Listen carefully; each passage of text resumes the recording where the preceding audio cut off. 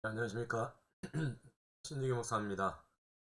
신주기 목사와 함께하는 잠언 묵상, 오늘 63강이 되겠네요. 제가 감기로 조금 목감기로 고생을 하고 있는데 잘 낫지를 않습니다.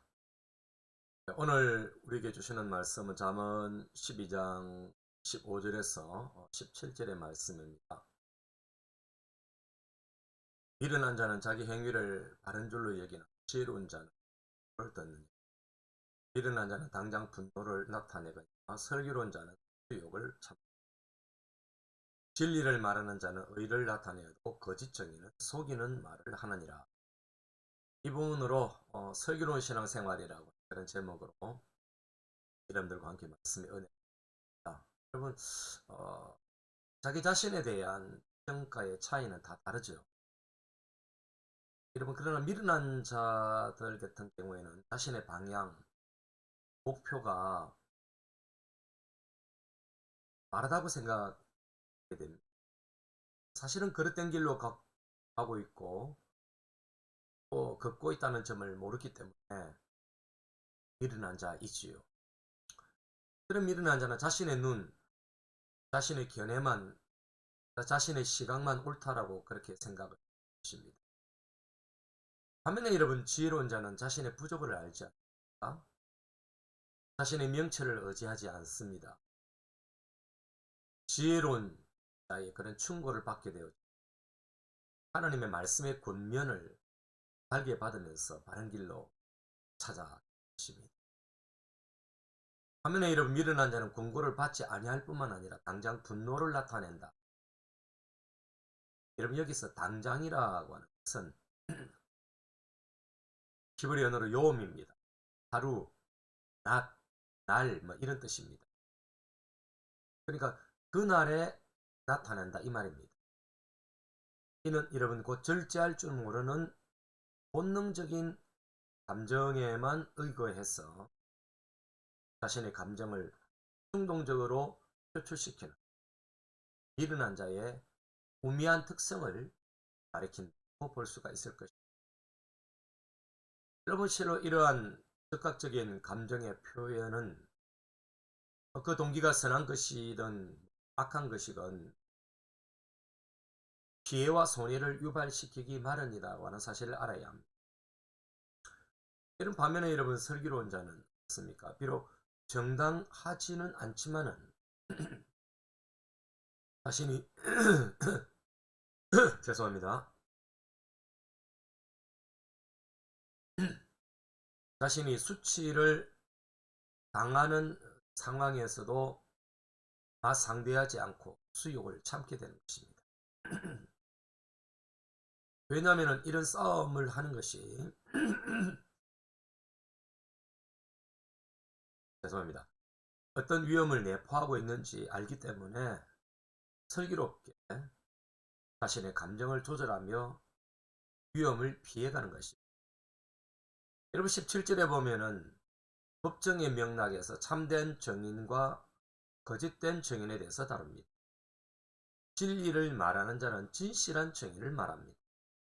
진실한 정인이라고 하는 것은 참된 정의를 나타내어서 재판관으로 하여금 바른 판단을 내리게 함으로써 공동체를 올바르게 세운다라고 하는 그런 의미가 있는 것입니다.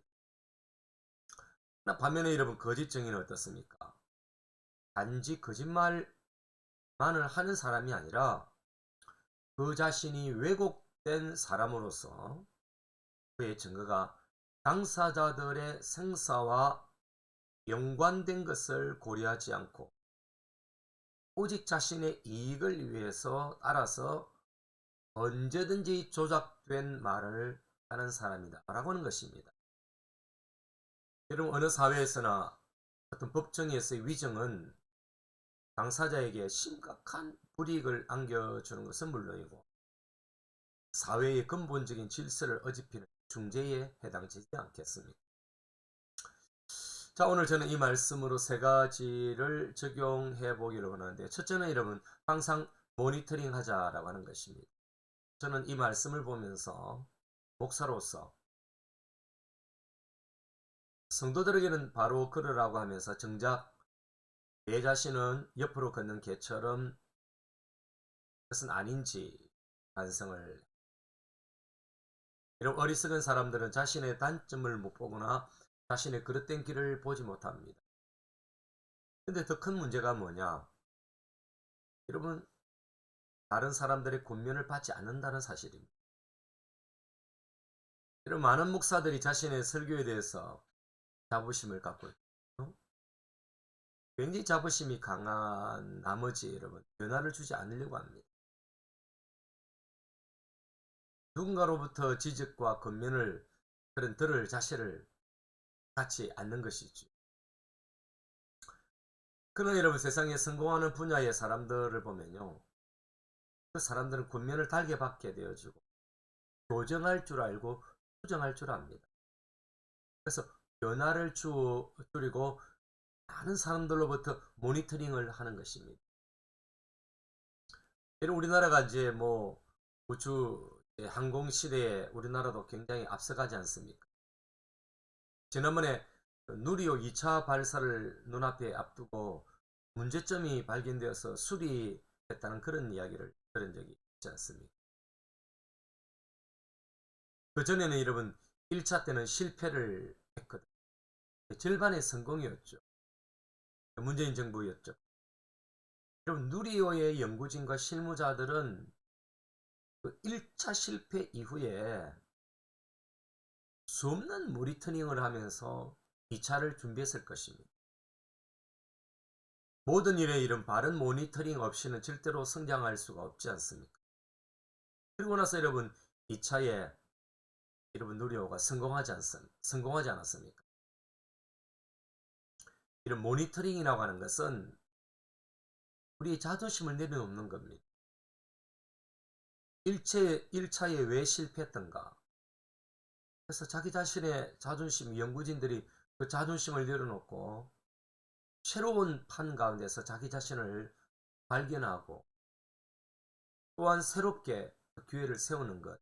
그럴 때 여러분 누리호가 성공한 것처럼 성공할 수가 있는 것입니다. 우리는 매 예배 때마다 우리가 주님의 말씀 앞에 우리 자신을 모니터링 해야 됩니다. 내가 아는 것이 아니라 난 신앙생활을 잘하고 있다. 아는 말씀이다. 이게 아니라 그 말씀 앞에서 항상 내 자신을 모니터링 할 수 있어야 되는. 자, 두 번째는 여러분 수욕 앞에 감정 조절하는 슬기로운자가 되자라고 하는 것입니다. 가끔 운전을 하고 가다 보면은 저도 가끔씩 이제 뭐 그런 운전을 하다 보면은 위험한 그런 상황들을 만나지 않습니까? 참 젊은 사람들을 이렇게 보면은 그 젊은 사람들이 혈기 이런 것들이 막 느껴집니다. 그래서 창문을 내려서 뭐 반말을 욕하고 막 그럴 때가 많죠. 정말 마음 추스리기가 어려울 때도 있는 것입니다. 그러나 웃고 넘어가야 되죠. 참고 나면 참 잘했다는 그런 생각이 들 때가 있습니다. 몇 년 전에 여러분 그 대구의 변호사 사무실 방화범 사건이 있지 않았습니까? 그 변호사가 재판에 진 것에 대한 화가 나서 앙심을 품고 자기도 죽고 타인의 생명도 빼앗으려고 그렇게 한 것 아니겠습니까? 참 여러분 사고 때마다 어, 참 안타까운 그런 모습을 느끼게 돼요. 미국의 총기 사건도 마찬가지입니다. 뭐 시도 때도 없이 일어나지 않습니까? 분노 조절을 못해서 그런 겁니다. 우발적인 사건이 아니면은 양심을 품고 뭐 계획적으로 시도하는 그런 일들이 많은 거죠. 그럼 사람이 절제하지 못하면은 사리 판단에 문제가 생기지 않습니까? 본능적인 감정에 충실해서 자기 자신을 억누르지 못하면은 불행의 씨앗을 만드는 것입니다. 여러분 슬기로운 신앙생활이라고 하는 것 바로 자신의 감정 조절부터 시작됩니다. 교회 공동체에서 한번 감정 조절 못함으로 얼마나 자기 손해가 있고 공동체에 해를 입히는 그런 행동이 되는지 특별히 저 같은 목사인 경우는 더욱더 그런 것입니다. 감정을 조절하지 못하면요, 담을 수가 없는 것입니다. 그래서 항상 감정을 조절하고 즐겨야 하는 것입니다. 감정이 노출된 설교라고 생각해 보십시오. 심령들을 짓밟는 영혼 폭력에 해당이 있습니다. 우리가 수욕을 당해보면 자기를 죽이는 그런 감정 조절이 참 어렵다는 것 알게 되지 않습니까? 그러나 어이없는 그런 수욕 앞에서 우리를 위해서 수욕을 당하시되 참으신 하나님을 생각해야 하는 것입니다. 세상에서 여러분 수욕을 당하거든 이렇게 생각하십시오. 예수님은 내가 믿고 덕은 네가 누리는구나. 여러분 이 생각을 하시면 됩니다. 여러분 세 번째는 참된 정언을 하는 성도가 되자라고 하는 것입니다. 구약 성경에 대단한 중요한 단어가 있지 않습니까? 그것은 바로 정언입니다.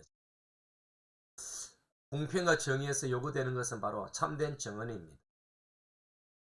또한 이스라엘은 하나님을 정언해야 하는 그런 정인으로 부르심을 받은 민족입니다.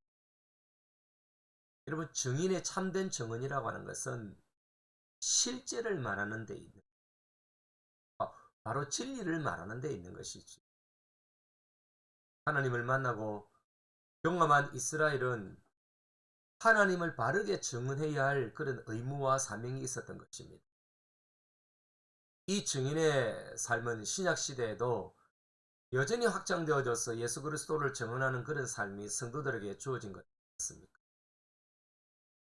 여러분 예수님의 지상명령이 마태복음 28장 19절 20절은 증인이 되길 바라고 원하는 것 아니겠습니까? 마찬가지로 사도행 1장 8절 말씀도 증인이 되기를 원하시는 그런 말씀 아니겠습니까? 이런 복음적 정언 외에도 또 하나의 정언은 법정에서의 정언입니다. 여러분 예수쟁이가 일반 법정에 서지 말아야 하지만은 불갑을 어떤 정언으로 서야 하는 그런 경우도 있지 않겠습니까? 그래도 이런 많은 정언을 해야 하는 거죠.